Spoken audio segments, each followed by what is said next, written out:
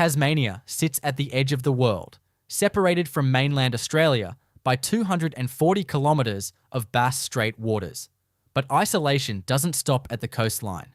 Deep within this island state, tucked between ancient rainforests and mountain ranges, exist towns so remote that even most Australians have never heard of them. These aren't typical rural communities struggling with population decline. These are places where residents lock their doors, knowing the nearest neighbour lives 30 kilometres away through unmarked dirt roads. Towns where the pub closed decades ago and never reopened. Settlements frozen between colonial ambition and modern abandonment, caught in a strange limbo between past prosperity and present survival. Today, we're venturing into Tasmania's most isolated corners to explore 10 towns that defy logic and make you question why anyone would choose to live this far from civilization. From settlements accessible only by boat to towns with zero permanent residents, these are Tasmania's weirdest and most isolated communities. Number 1. Corinna sits deep within the Tarkine rainforest on Tasmania's remote western coast, one of the last true wilderness areas in Australia. Getting there requires either a 40-minute drive down the winding Corinna Road through dense wilderness, or a river cruise up the Pieman River through prehistoric landscapes. The town has a permanent population of around 20 people in winter months. Corinna consists of restored miners' cottages operating as wilderness retreat accommodation, a small general store, and the Pieman River cruise boat carrying visitors through ancient forest canopy reflected in dark tannin-stained waters. During the 1880s, this was a booming gold mining settlement with over 2,000 residents. The Pieman River would carry their fortune to the world. Then the gold ran out. Within a decade, the population collapsed to nearly nothing. Today, the restored buildings stand as museum pieces in living forest. The old Corinna Hotel now serves as rustic tourist accommodation where visitors sleep, where prospectors once gambled their claims.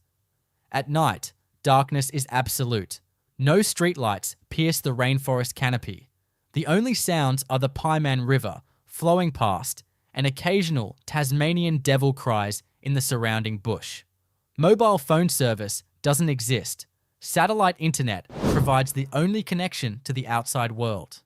Heavy rain makes the access road impassable for days. Medical emergencies require helicopter evacuation to Burnie, over 2 hours away by road. Number 2. Tyenna barely registers on most maps, appearing as little more than a name along the Lyell Highway between Hobart and the West Coast.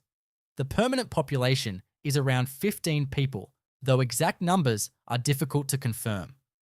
What makes Tyenna weird is that this microscopic settlement maintains a railway station.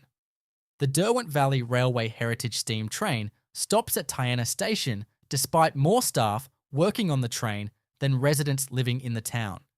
The historic station building, constructed in 1937, sits perfectly maintained beside the tracks. The town sits in the Derwent Valley, surrounded by dense eucalyptus forests rising steeply on both sides. In winter, fog settles so thick that visibility drops to a few meters. Houses disappear into the mist.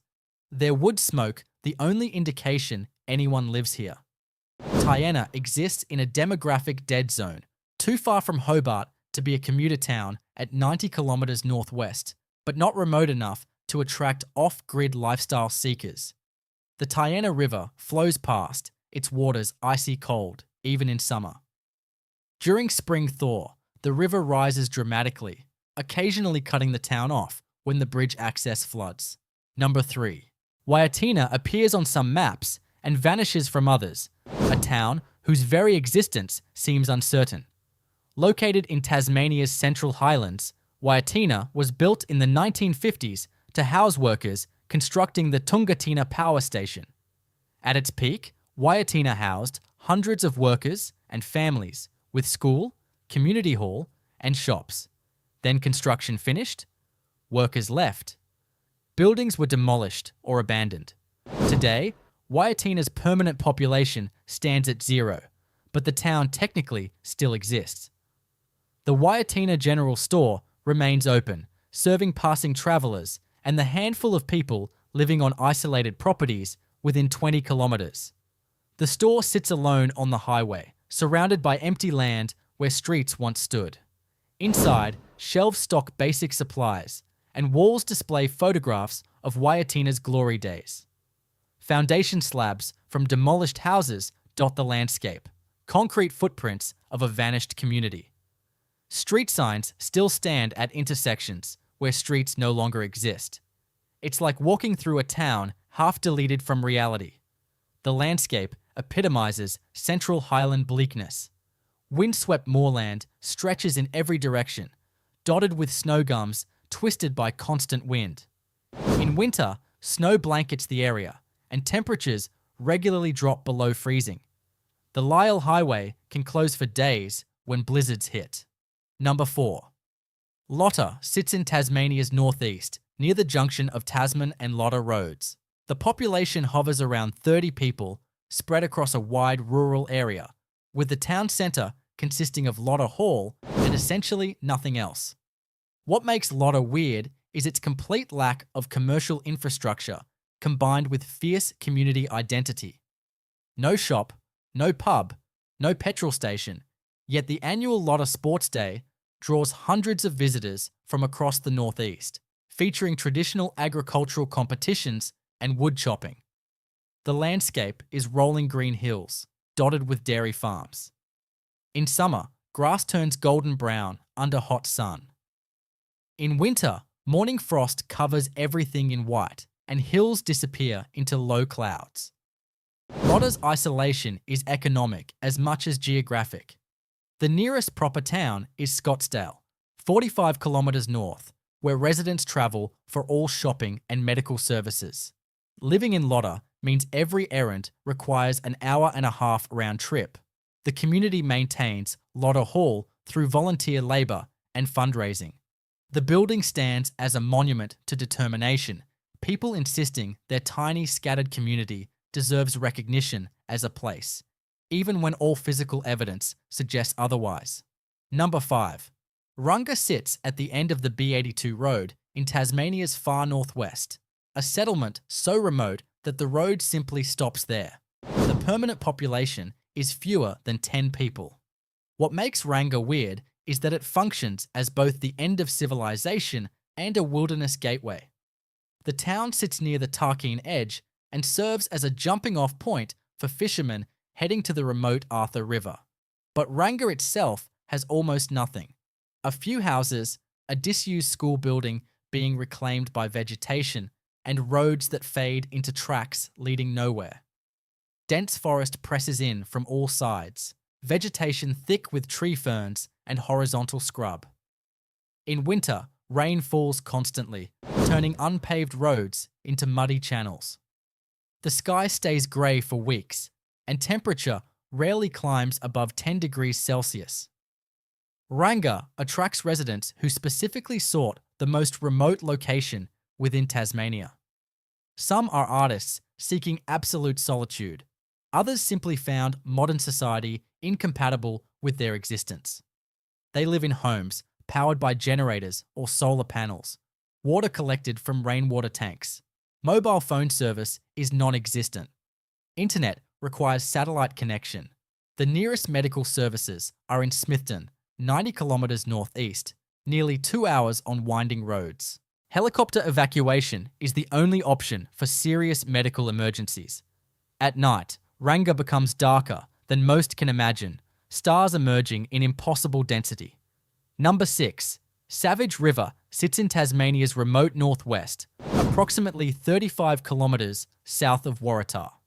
The town was built entirely by a mining company in the 1960s, a planned settlement to house workers at the iron ore pellet plant. What makes Savage River weird is that every house, every building remains company property. Residents don't own their homes. They rent from the company. The town has no private real estate market because all property belongs to the mining operation. The population peaked at 400, but today sits closer to 200, fluctuating based on mining employment. The town has a school, recreation centre, and shopping complex, all maintained by the mining company. When the mine closes, the entire town's existence becomes questionable. Mountains covered in dense rainforest rise sharply from narrow valleys. The Savage River runs dark brown from tannins leached from button grass moorland. In winter, snow covers higher elevations, and the access road becomes treacherous with ice. Isolation here is defined by company dependence. Everything residents need comes through mining company logistics. Medical emergencies require evacuation to Burnie, nearly 90 kilometres away. The town has strange corporate tidiness. Streets are well maintained, houses uniform in design. It feels less like a real town and more like a simulation, a company theme park version of community life. Number 7. Adamsfield exists as perhaps the ultimate ghost town in Tasmania, abandoned in the remote wilderness of Southwest National Park. Getting there requires a challenging hike of approximately 16 kilometres from the nearest road access, following rough tracks through dense forest and across mountain streams. What makes Adamsfield weird is how thoroughly wilderness has reclaimed it. Founded in 1925 as an osmiridium mining town, Adamsfield once housed over 200 miners and families with post office, hotel, shops, and a rough airstrip. When the osmiridium ran out in 1948, everyone left. Today, rusted mining equipment litters the forest floor. Building foundations hide beneath moss and ferns. Metal water tanks, slowly corroding, sit among trees grown through their bases.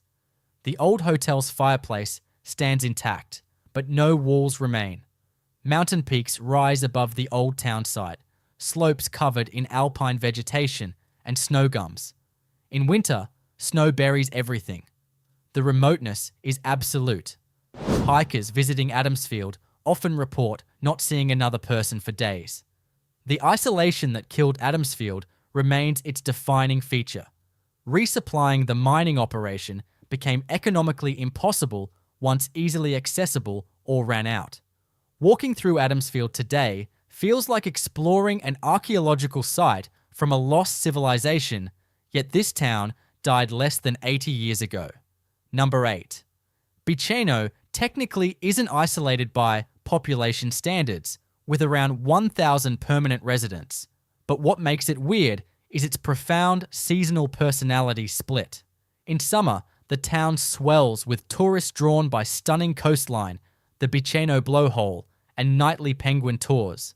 Then winter arrives, and Bicheno transforms into something resembling a ghost town. During June through August, entire streets of holiday homes sit empty and dark. Tourist businesses close for months. The population effectively halves. Year-round residents describe winter Bicheno as eerily quiet, walking through town and seeing maybe 2 or 3 other people over several hours. The coastline around Bicheno is spectacular. Granite boulders line pristine white sand beaches. The Bicheno blowhole shoots seawater high into the air when swells hit at the right angle. Little penguins return to their rookeries at dusk, waddling up the beach in groups. But in winter, when tourists vanish, that beautiful coastline becomes backdrop to a nearly empty town. Main street shops close by 4 in the afternoon. Beaches sit deserted.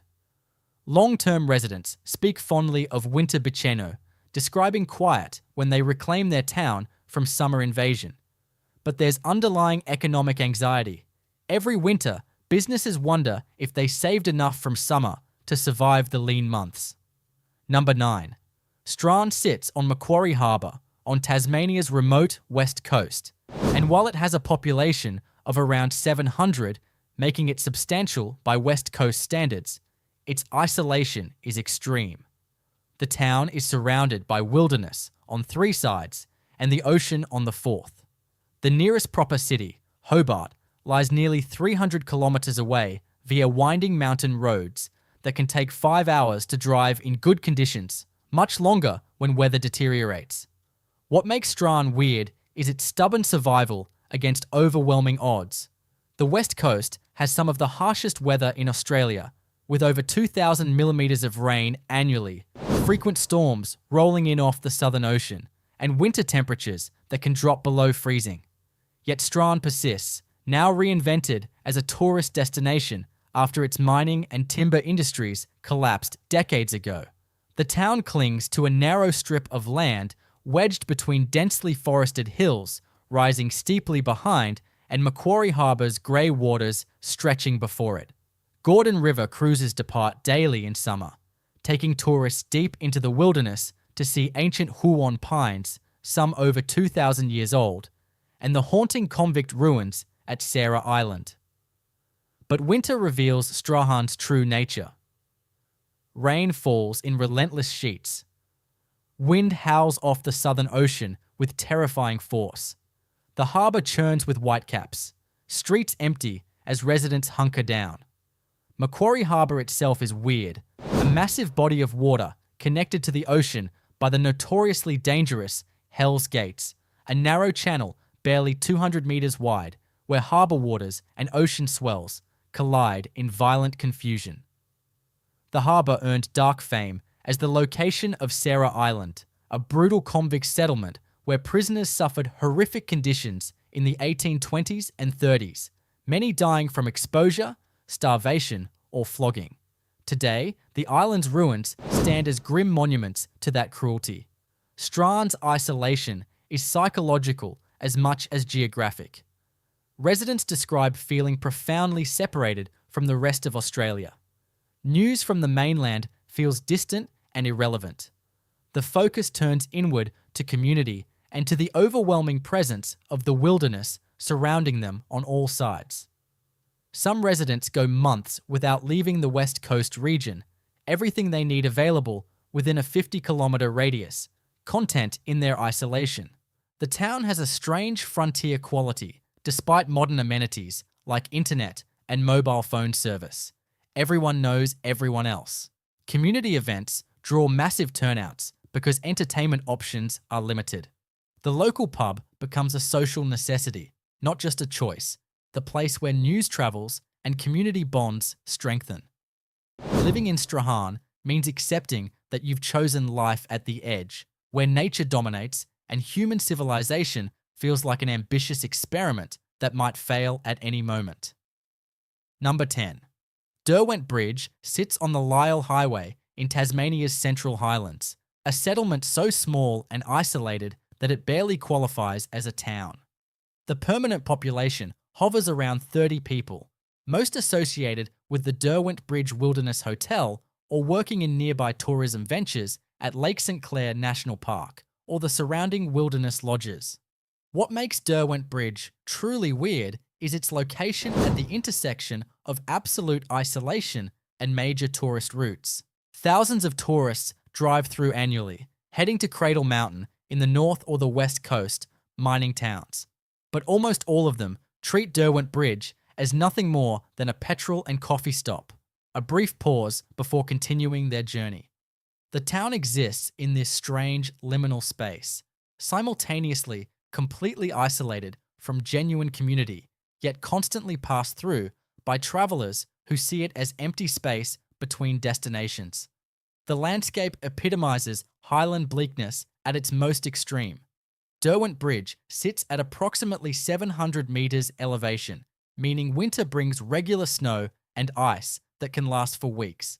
Lake St Clair, Australia's deepest natural lake at over 160 metres deep, lies just south of the town. Its dark waters surrounded by mountains that trap cold air in the valley like a refrigerator.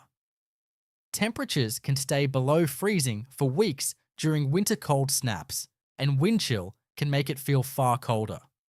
The town has an otherworldly quality in heavy fog, which settles over the area frequently, sometimes for days at a stretch. Buildings emerge from mist like ghost images, their edges blurred and uncertain. The lake disappears completely, the shore visible for only a few metres before the world becomes grey nothing, an absolute void. Sound travels strangely in fog, distances impossible to judge. voices seeming to come from everywhere and nowhere. Residents of Derwent Bridge describe a unique kind of isolation. They're never truly alone, with tourists constantly passing through, yet they're profoundly separated from genuine community. The nearest substantial town is Hamilton, 85 kilometres southeast, or Queenstown, 90 kilometres west.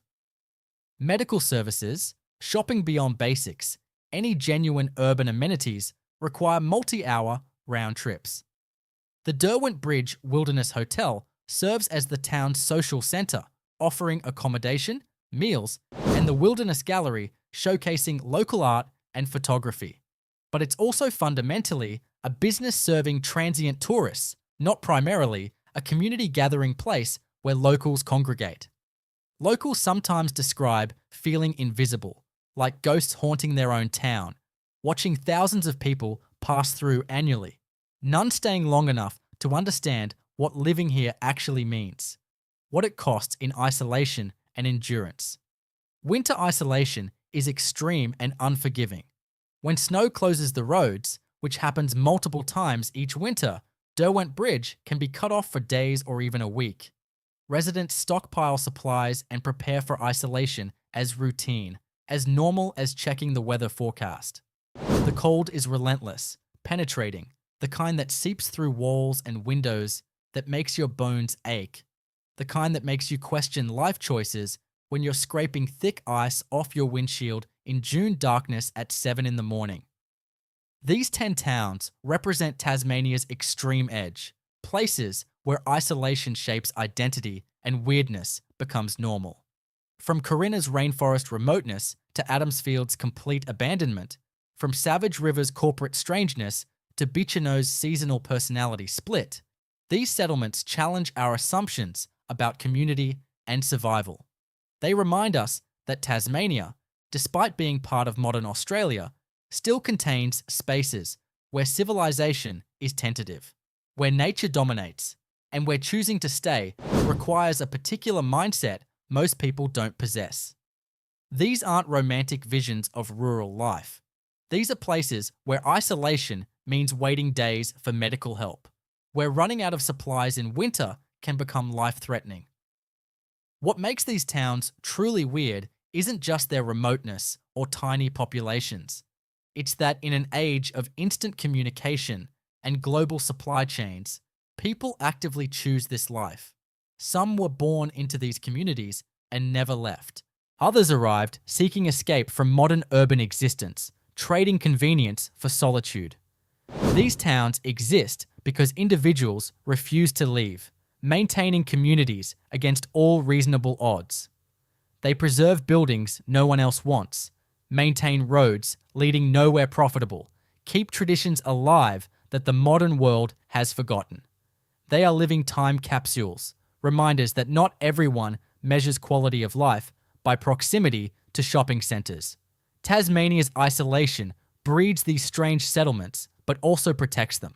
The very remoteness that makes life difficult keeps these places unchanged, untouched by homogenizing forces that make every suburban street look the same.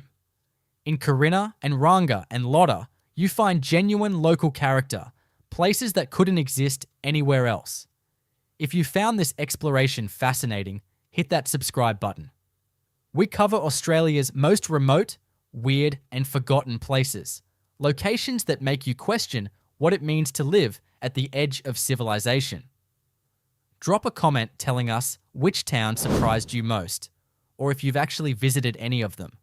Until next time, stay curious about the strange places hiding in plain sight on our maps.